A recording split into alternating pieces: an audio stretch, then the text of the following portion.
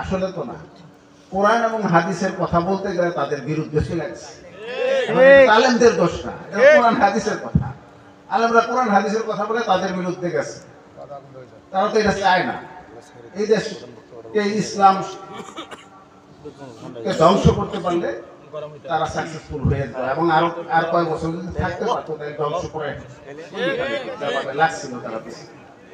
মানে যাই হোক, আল্লাহর মায়ের দুনিয়ার বাইরে কিভাবে আল্লাহ তাদেরকে সরাবে। তারা দেখেন এক আমাদের দেশনেত্রী বেগম খালেদা জিয়াকে বাড়ি ছাড়া করছিল তারা ক্ষমতায় থেকে। আল্লাহর কি ইচ্ছা তাদেরকে একটা দেশ ছাড়া করেছে। না ওই যে বলছে যে দেলাওয়ার হোসেন সাইদি সাহেব বলছিল বেশি বাড়াবাড়ি করে না, গাছের গোড়া ধরে আস্তে করে নাড়া দিবে, মামুর বাড়ি দিল্লি গিয়ে বসে থাকবে। আল্লাহ একটা ঠিক দিল্লি গিয়ে বসে এত বছর পরে, এবং বলছে যে এমন দিনে আসবে ইন্দুরের গাতাও পাইবেন না, মানে পলাইবার জন্য পাইছে না, পাইনি। গেছে কিন্তু সেই জায়গায় যত দূর দিছে খালি পাকিস্তানি ইয়েরা, পাকিস্তানি জঙ্গি, পাকিস্তানি জঙ্গি, বিএনপি করে যারা পাকিস্তানি জঙ্গি, জামাত ইসলাম যারা করে তারা পাকিস্তানি জঙ্গি, পাকিস্তানিদের প্রতি চলে। কিন্তু আমরা তো কেউ পাকিস্তান জানি না, কিন্তু এরা যে দেশে যাওয়ার দরকার এরা এই দেশে চলে আসছে ঠিক, কিন্তু পাশের দেশের দাতা প্রদেশে চলে আসছে সব। আর বিশ্বের মধ্যে এরকম রেকর্ড নাই যে জালেমের পতন হয়েছে, ঠিকই সমস্ত জালেমের পতন হয়েছে এটা রেকর্ড, কিন্তু এইরকম রেকর্ড নাই যে একটা সরকারের মানে প্রধানমন্ত্রীত্বে আরম্ভ কইরা এমপি সহকারে যতগুলি নেতৃবৃন্দ আছে সব এক সমানে পালায় যায়। এইটা কোনো বিশ্বের মধ্যে রেকর্ড নাই। কারণ কিন্তু জালেমের যে পতন হবে এটা একটা অবশ্যম্ভাবী। আমরা দেখেছি সেই নমরুদের থেকে আরম্ভ করে, ফেরাউন থেকে আরম্ভ করে, দেখেন এই যে ইরাকের প্রেসিডেন্ট সাদ্দাম থেকে আরম্ভ করে, মানে এই গাদ্দাফি থেকে আরম্ভ করে, মানে প্রত্যেকটা জালেমের পতন হয়েছে। কিন্তু এরকম নিকৃষ্টভাবে পতন আর কোনো জালেমের হয়। যাই হোক, সেই জালেমের হাত থেকে আমাদেরকে আল্লাহ তাআলা রক্ষা করেছেন।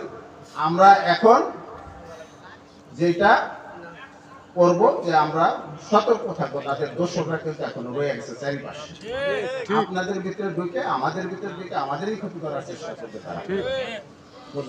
তাদেরকে হতে তো আমাদেরকে সতর্ক থাকতে হবে এবং ভবিষ্যতে যেন আমরা এই দেশে একটি সুন্দর নির্বাচন দেখতে পাই। সেই নির্বাচনের মাধ্যমে আপনারা যাদেরকে নির্বাচিত করবেন তারা নির্বাচিত হয়ে যেন দেশটিকে সুন্দরভাবে পরিচালিত করে, এই দেশের মানুষ যেন সুন্দরভাবে বসবাস করতে পারে, এই দেশের যেন শান্তি বসবাস করতে পারে এই দেশের মানুষগুলি, সেই আশা এবং ব্যক্ত করে আমাদের সকলকে ধন্যবাদ জানিয়ে আমি আপনাদের কাছ থেকে একটু বেশি সময় নিল, আপনাদের কাছে ক্ষমা চেয়ে আমি আমার সংক্ষিপ্ত বক্তব্যখানি শেষ করছি।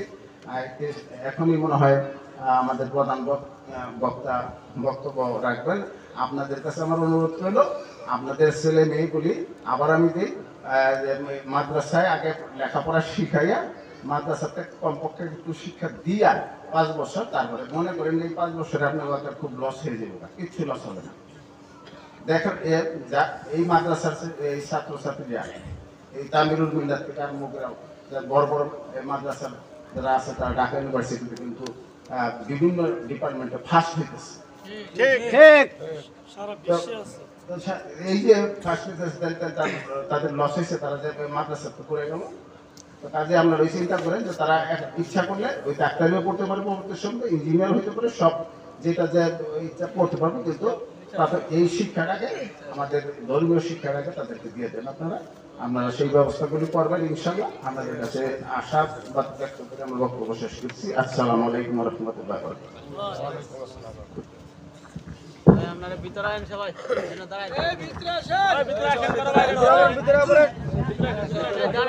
আলহামদুলিল্লাহ, আমরা সুন্দর কথা শুনছিলাম আমাদের শ্রদ্ধাভাজন স্বর্ণপদকপ্রাপ্ত চেয়ারম্যান আলহাজ মোহাম্মদ আলাউদ্দিন চৌধুরী সাহেবের কাছ থেকে। অত্যন্ত সুন্দর কথা বলেছেন।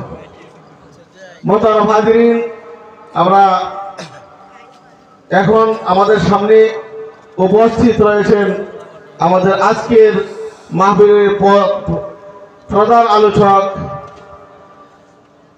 সিলেটের ওয়ালি ইবনে ওয়ালি ওনার সাহেবজাদা আল্লামা রশিদুর রহমান ফারুক বর্ণবী হাফিজাহুল্লাহর সাহেবজাদা হাফেজ মাওলানা শেখ আব্দুর রহমান আসজাদ বর্ণবী, হাফেজ মাওলানা শেখ আব্দুর রহমান আসজাদ বর্ণবী হযরতকে ওনার গুরুত্বপূর্ণ নসিহত পেশ করার জন্য অনুরোধ জানাচ্ছি। এর পূর্বে একটি সঙ্গীত পরিবেশন করবে আমাদের মাদ্রাসার ছাত্র মোহাম্মদ ফজলুল হক।